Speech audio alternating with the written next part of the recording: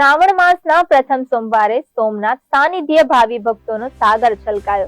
વહેલી સવારે 4 કલાકે દર્શનાર્થીઓ માટે મંદિરના દ્વાર ખોલવામાં આવ્યા। મંદિર પરિસરમાં પાલખી યાત્રા સમયે પણ મહાદેવ સ્વયં નગરચર્યાએ નીકળ્યા હતા। ગુજરાતના પૂર્વ નાયબ મુખ્યમંત્રી નીતિન પટેલે પણ સોમનાથના શરણે પહોંચ્યા હતા। મહાદેવની પ્રાતઃ પૂજા અને પ્રાતઃ આરતી કરવામાં આવી હતી, તેમજ મહાદેવને પ્રાતઃ વિશેષ શૃંગાર પણ કરવામાં આવ્યો હતો। સવારે 8:30 કલાકે પાલખી યાત્રાનું પણ આયોજન કરવામાં આવ્યું, જેમાં જાણે સ્વયં મહાદેવ નગરચર્યાએ નીકળ્યા હોય તેવા દ્રશ્યો સર્જાયા હતા।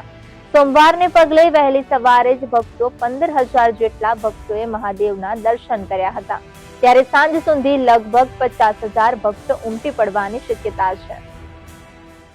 મોદી સાહેબ અને અમિતભાઈ પણ અહીંયા જ્યારે જે જરૂર પડે એ બધી જ અહીંયાની જરૂરિયાતો એમના સંબંધોથી એ પૂર્ણ કરાવે છે। અને સોમનાથનું આ કેમ્પસ છે એ આપણે બધા જોઈ રહ્યા છીએ કે છેલ્લા 5 વર્ષમાં તમામ રીતે એનો સાર્વત્રિક જે વિકાસ થયો છે।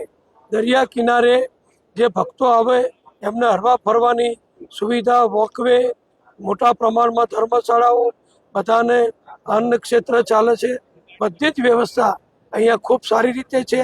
અને હવે તો વંદે ભારત ટ્રેન પણ સોમનાથ સુધી આવતી ચાલુ થઈ ગઈ છે, એટલે મોટા ભાગના યાત્રાળુઓને ટ્રેનની જ પણ સગવડનો હવે લાભ મળી રહ્યો છે।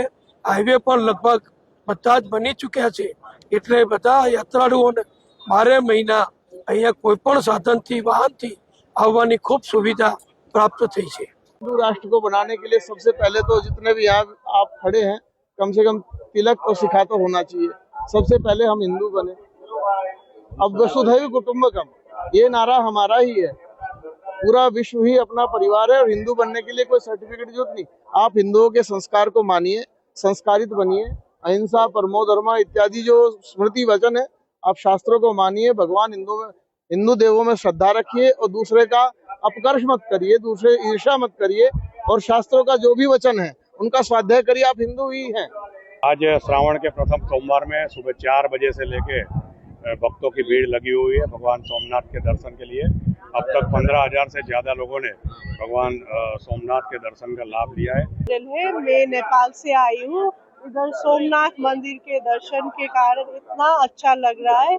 जब हम मंदिर के अंदर पहुंचे तो एक वाइब्रेशन हुआ, बॉडी में एनर्जी फील हुआ। इतना अच्छा है, सब लोग आना चाहिए ये मंदिर को।